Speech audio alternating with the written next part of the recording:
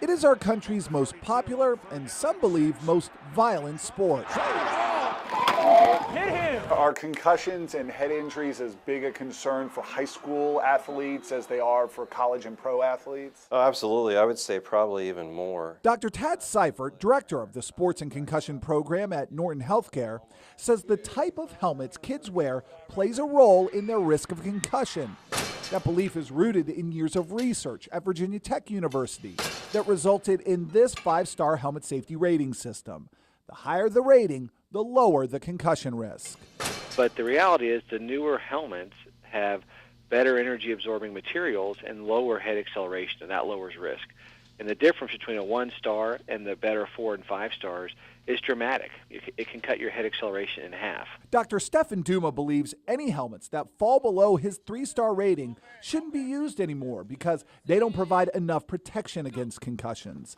That includes the 2-star rated Schutt Air Advantage and the 1-star rated Riddell VSR4. Now, a Wave 3 News troubleshooter analysis of helmet inventories from 8 area school districts reveals 4 of them still use one or both of those models.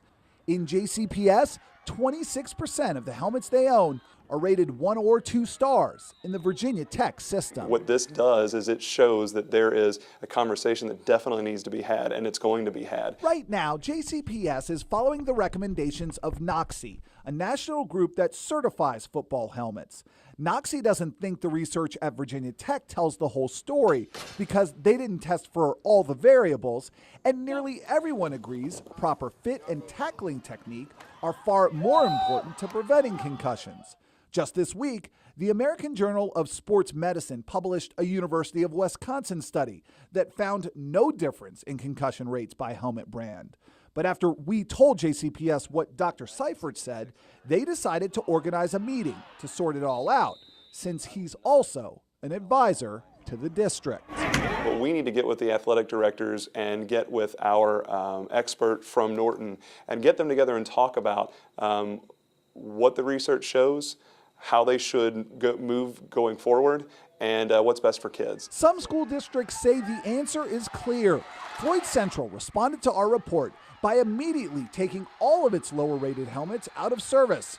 Bullet Central says their low-rated helmets will be phased out by the end of the year and replaced by 4 and 5-star helmets, adding, the study makes a compelling point, which we have taken into account.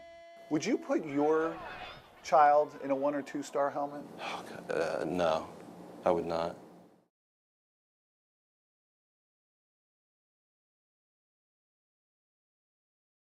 After our investigation first aired the night the high school football season kicked off, JCPS promised to take action, and now they're doing exactly that, partnering with Norton Healthcare to improve protection, not just for football players, but for more than a half-dozen sports teams district-wide.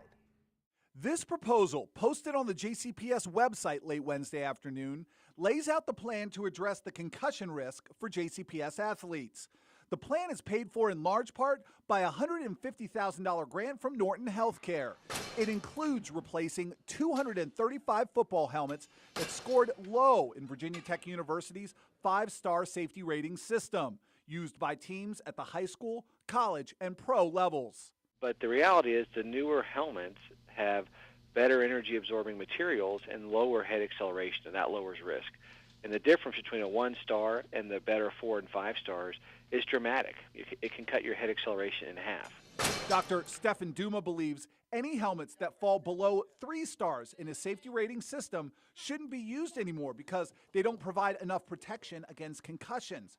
But our investigation found 1 in 4 of the helmets used by JCPS rated 1 and 2 stars. Dr. Tad Seifert, director of the Sports and Concussion Program at Norton Healthcare, urged JCPS to take action. Would you put your child in a 1 or 2-star helmet? Oh, God, no, I would not. And starting next year, JCPS parents won't have to either. In September, Seifert met with the JCPS athletic director and coaches to discuss possible solutions. The grant proposal was the result. 1 and 2-star rated helmets will be replaced with those scoring 4 stars or above. It also pays for 3 additional athletic trainers and baseline concussion testing for 9 different high school sports and even some middle school football players. 10,000 athletes in all, making major strides in ensuring JCPS athletes who walk on the field are able to walk off it as well. The grant still needs final approval from the JCPS school board. That is expected to come Monday night. Those new safer helmets will be on the football field starting next season. Eric Flack, Wave 3 News.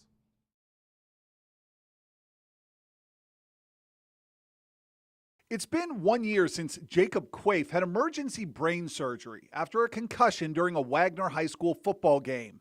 His teammates haven't forgotten. So this has got to be something that does worry you. Yes. You've seen the impacts of what can happen. Yes. The Wagner players joined athletic directors and coaches from around the district as Norton Healthcare formally announced a $150,000 grant to Jefferson County Public Schools to combat and treat concussions. It's the culmination of months of discussion, according to JCPS Director of Athletics, Jerry Wyman. He said the talks started after a Wave 3 News troubleshooter investigation found 235 football helmets being used by JCPS teams scored low in Virginia Tech University's 5-star safety ratings system, measuring how well a helmet prevents concussions. When Wave 3 and Eric Flack broke the story on the comparing our helmets to the Virginia Tech study, it did raise some awareness to us. Now, 1- and 2-star rated helmets will be replaced with those scoring 4 or 5 stars. So what makes these 4- and 5-star helmets so much safer than the rest? Well, it's not so much what's on the outside, but what's on the inside. All this extra padding in here that reduces the movement of the head inside when it takes a shot. The Norton grant also pays for baseline concussion testing for athletes in 9 different high-impact sports, 10,000 athletes in all. And with the help of matching funds from JCPS and Court Physical Therapy, the district will also be able to add full-time athletic trainers at 3 schools that didn't have them. It's almost inevitable that at some right hit, the jarring of the head will cause a concussion, but if it brings attention to it, people are aware, they can look for the symptoms. Taking a team approach to tackling the concussion issue head on.